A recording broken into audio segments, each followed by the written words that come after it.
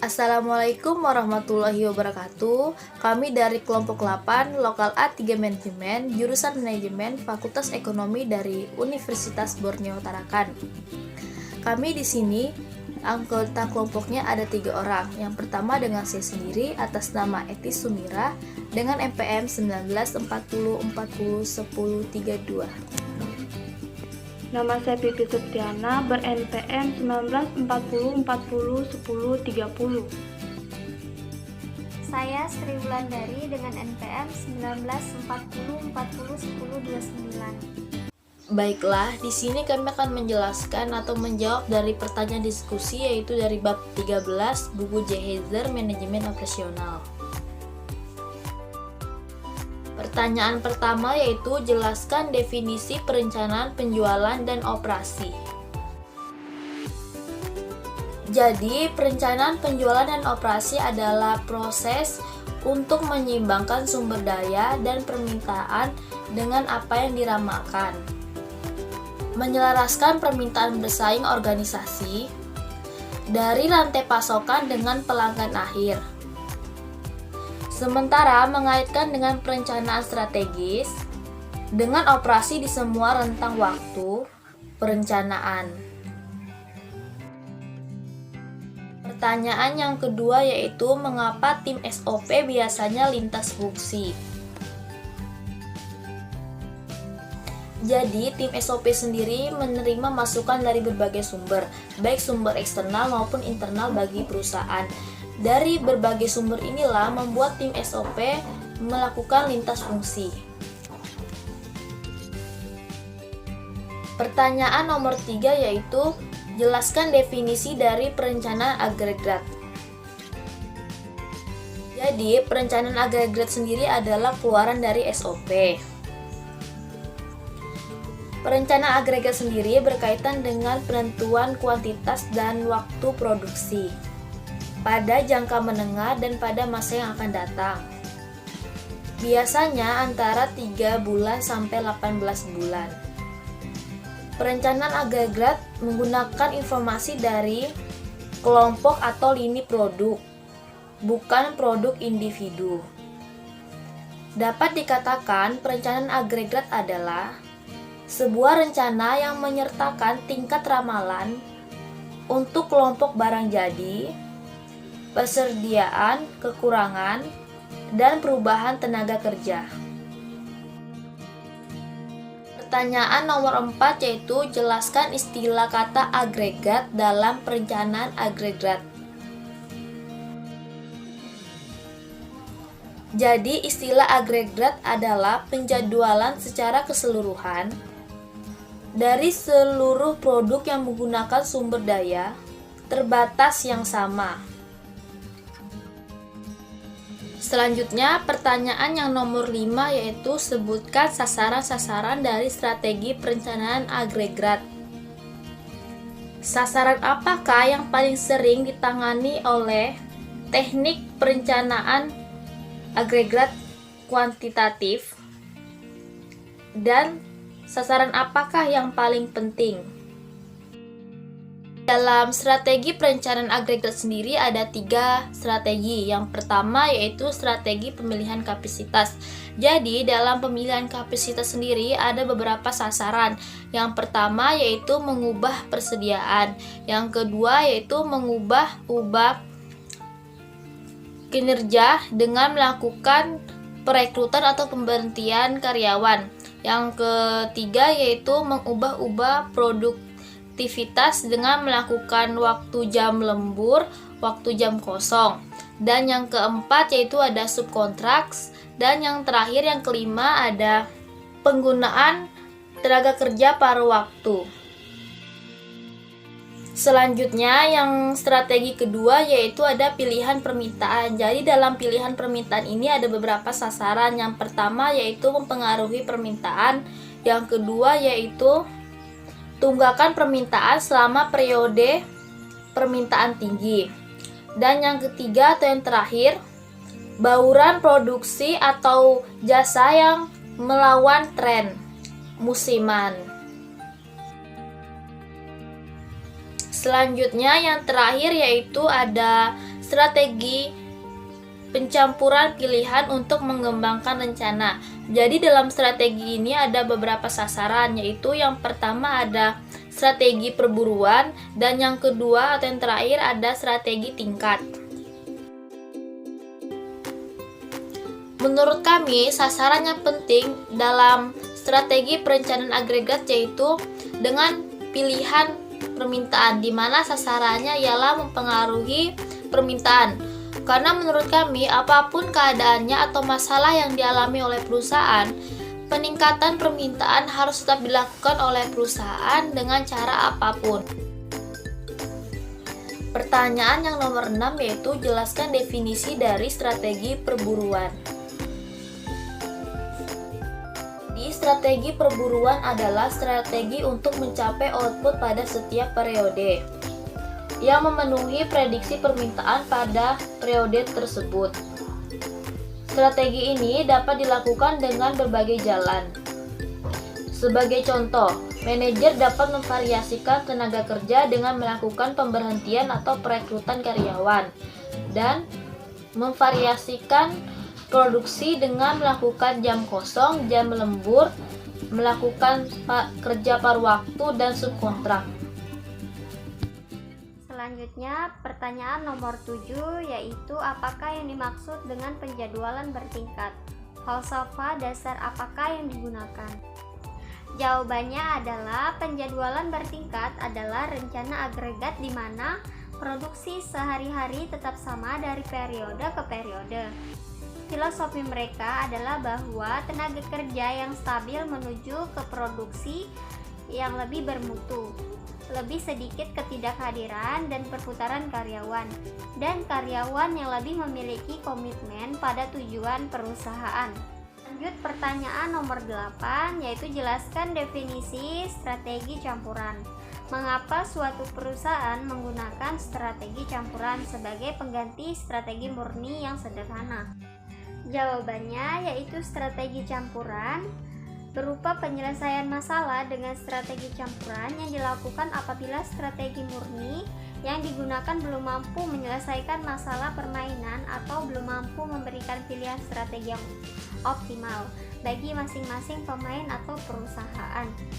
Strategi murni ini hanya dapat digunakan satu strategi untuk menghasilkan strategi yang optimal, sehingga jika strategi ini mengalami kegagalan, maka si pemain akan gagal dalam permainan tersebut.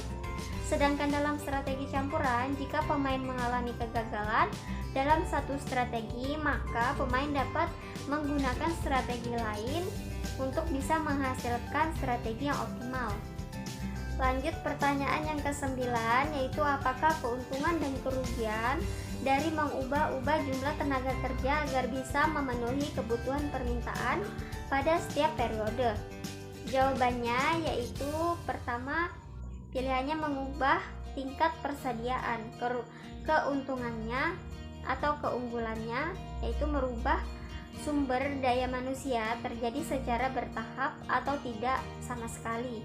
Tidak ada perubahan produksi secara tiba-tiba. Sedangkan kerugiannya yaitu biaya penyimpanan persediaan dapat meningkat, kekurangan persediaan dapat menyebabkan kehilangan penjualan. Pilihan yang kedua yaitu mengubah-ubah jumlah tenaga kerja dengan merekrut atau memperhentikannya. Keunggulannya pula menghindari biaya alternatif lainnya. Kerugiannya biaya perekrutan, PHK, dan pelatihan dapat berjumlah cukup besar. Pilihan yang ketiga yaitu mengubah-ubah tingkat produksi melalui waktu lembur atau waktu kosong. Keunggulannya pula yaitu menyesuaikan fluktuasi musiman tanpa biaya perekrutan atau pelatihan. Kerugiannya pula yaitu upah lembur mahal, tenaga kerja lelah, mungkin tidak dapat memenuhi permintaan. Pilihan yang keempat yaitu subkontrak. Keunggulannya pula memperbolehkan adanya fleksibilitas dan memuluskan keluarannya dari perusahaan. Kerugiannya itu yaitu kehilangan pengendalian mutu, laba berkurang, kehilangan bisnis pada masa mendatang. Pilihan yang kelima yaitu menggunakan tenaga kerja paruh waktu. Keunggulannya lebih murah dan lebih fleksibel dari tenaga kerja penuh waktu. Kerugiannya pula yaitu biaya perputaran dari pelatihan tenaga kerja tinggi, mutu rendah, sulit melakukan penjadwalan. Selanjutnya yaitu pilihan yang keenam, memengaruhi permintaan. Keunggulannya pula yaitu mencoba menggunakan kapasitas berlebih, diskon menarik pelanggan baru. Kerugiannya ketidakpastian permintaan, sulit untuk menyesuaikan permintaan dan penawaran secara tepat. Selanjutnya yang ketujuh yaitu tunggakan pesanan selama periode permintaan tinggi. Keunggulannya pula dapat menghindari lembur, menjaga kapasitas tetap konstan. Sedangkan kerugiannya yaitu pelanggan harus mau untuk menunggu, tetap kehilangan itikat yang baik. Dan yang terakhir yaitu bauran produk dan jasa yang melawan kecenderungan musiman. Keunggulannya itu menggunakan sumber daya sepenuhnya, memungkinkan jumlah tenaga kerja yang stabil. Sedangkan kerugiannya mungkin memerlukan keahlian atau peralatan di luar bidang keahlian perusahaan. Selanjutnya pertanyaan yang ke-10, apakah perbedaan antara perencanaan agregat di organisasi jasa dan perencanaan agregat di organisasi manufaktur? Jawabannya, perencanaan agregat di perusahaan jasa prinsipnya hampir sama dengan perusahaan manufaktur, yaitu mencari pemecahan yang optimal, menyangkut biaya yang minimal dengan keuntungan yang maksimal. Perencanaan agregat perusahaan jasa lebih terbatas dibandingkan perusahaan manufaktur, karena perusahaan jasa tidak bisa mengatur persediaan sebagai sumber kapasitas, atau jasa tidak memiliki persediaan. Yang ke-11, apakah hubungan antara rencana agregat dan jadwal produksi induk? Perencanaan agregat adalah suatu langkah pendahuluan perencanaan kapasitas secara terperinci. Perencanaan agregat merupakan dasar untuk membuat jadwal untuk produksi JIP. Jadwal induk produksi menyajikan rencana produksi detail untuk setiap produk akhir. Yang ke-12, mengapa metode perencanaan agregat grafik sangat bermanfaat? Metode perencanaan agregat grafik sangat populer karena mudah dipahami dan digunakan. Pada dasarnya, rencana ini menggunakan beberapa variabel secara bersamaan sehingga perencanaan dapat membandingkan proyeksi permintaan dengan kapasitas yang ada. Metode ini sangat bermanfaat karena menunjukkan fakta yang jelas dan mudah dipahami serta menjadikan proses komunikasi lebih cepat dan menarik. Yang ke-13, apakah keterbatasan utama menggunakan metode transportasi untuk perencanaan agregat? Keterbatasannya yaitu bahwa metode transportasi memiliki aplikatif yang cukup rumit. Model-model ini membutuhkan bantuan komputer untuk mendapatkan hasil yang lebih baik. Ke-14, bagaimana dampak manajemen pendapatan terhadap rencana agregat? Manajemen pendapatan merupakan keputusan mengenai kapasitas yang menentukan alokasi sumber daya untuk memaksimalkan imbal hasil atau pendapatan. Manajemen pendapatan mengubah fokus perencanaan agregat dari manajemen kapasitas menjadi manajemen permintaan. Yang ke-11, apakah hubungan antara rencana agregat dan jadwal produksi induk? Perencanaan agregat adalah suatu langkah pendahuluan perencanaan kapasitas secara terperinci. Perencanaan agregat merupakan dasar untuk membuat jadwal untuk produksi JIP. Jadwal induk produksi menyajikan rencana produksi detail untuk setiap produk akhir. Yang ke-12, mengapa metode perencanaan agregat grafik sangat bermanfaat? Metode perencanaan agregat grafik sangat populer karena mudah dipahami dan digunakan. Pada dasarnya, rencana ini menggunakan beberapa variabel secara bersamaan sehingga perencanaan dapat membandingkan proyeksi permintaan dengan kapasitas yang ada. Metode ini sangat bermanfaat karena menunjukkan fakta yang jelas dan mudah dipahami serta menjadikan proses komunikasi lebih cepat dan menarik. Yang ke-13, Apakah keterbatasan utama menggunakan metode transportasi untuk perencanaan agregat? Keterbatasannya yaitu bahwa metode transportasi memiliki aplikatif yang cukup rumit. Model-model ini membutuhkan bantuan komputer untuk mendapatkan hasil yang lebih baik. Ke-14, bagaimana dampak manajemen pendapatan terhadap rencana agregat? Manajemen pendapatan merupakan keputusan mengenai kapasitas yang menentukan alokasi sumber daya untuk memaksimalkan imbal hasil atau pendapatan. Manajemen pendapatan mengubah fokus perencanaan agregat dari manajemen kapasitas menjadi manajemen permintaan. Baiklah, kami akan menjelaskan latihan soal di buku Zeihezer bab 13 halaman 630 nomor 13.9. Berikut penjelasannya. Baiklah, pada nomor soal 13.9 ini saya akan menjawab untuk pertanyaan yang bagian rencana A. Dalam soal ini diketahui bahwa tim SOP di Kansa Furnitur telah menerima estimasi kebutuhan permintaan sebagai berikut yang ada pada tabel. Diketahui bahwa permintaan pada Juli ialah 1000, Agustus 1200, September 1400, Oktober 1800, November 1800, dan Desember 1800. Dari data tersebut diasumsikan biaya akibat kehabisan persediaan dan menyebabkan hilangnya penjualan adalah $100 per unit. Biaya penyimpanan persediaan $25 per unit per bulan. Persediaan awal dan persediaan akhir sama dengan 0. Evaluasi dua rencana tersebut dengan biaya incremental. Jadi pada rencana yang bagian A diketahui juga bahwa memproduksi dengan tingkat stabil sama dengan kebutuhan minimal 1000 unit per bulannya dan melakukan subkontrak atas unit tambahan dengan harga $60 per unit. Baiklah, di sini saya akan menjawab untuk rencana yang A, di mana diketahui pada tabel ini permintaannya pada bulan Juli 1000, Agustus 1200, September 1400, Oktober 1800, November 1800, dan Desember 1800. Selanjutnya, kehilangan perusahaan untuk penjualannya ialah $100 per unit. Biaya penyimpanannya $25 per unit per bulannya. Produksi tingkat stabilnya hanya 1000 unit. Selanjutnya yang terakhir, subkontrak unit tambahan ialah $60 per unitnya. Baiklah, sebelumnya sudah kita ketahui data yang ada pada rencana A.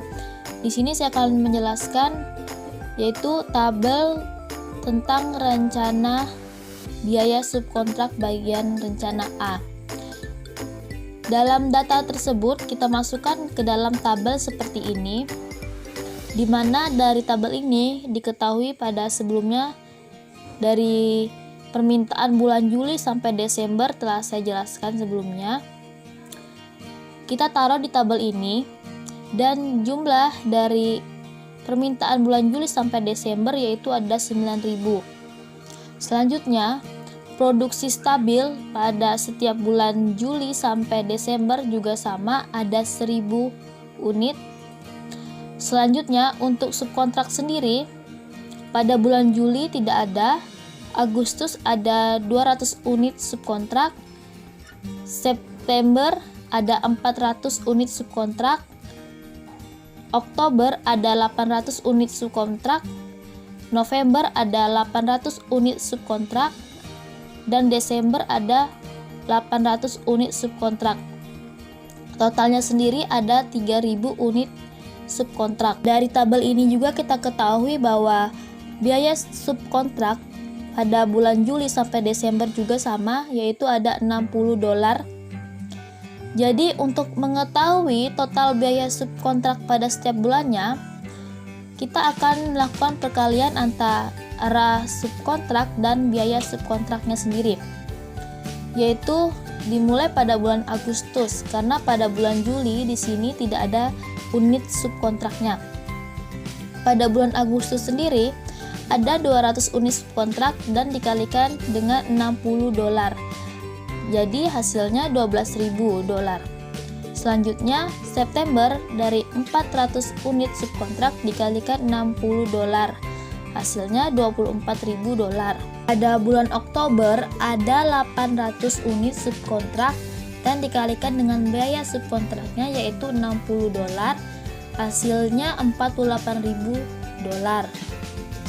Bulan November ada 800 unit subkontrak dikalikan dengan biaya subkontraknya yaitu $60, hasilnya $48.000. Dan terakhir pada bulan Desember yaitu ada 8.000 unit subkontrak dikalikan dengan biaya subkontraknya yaitu $60.000.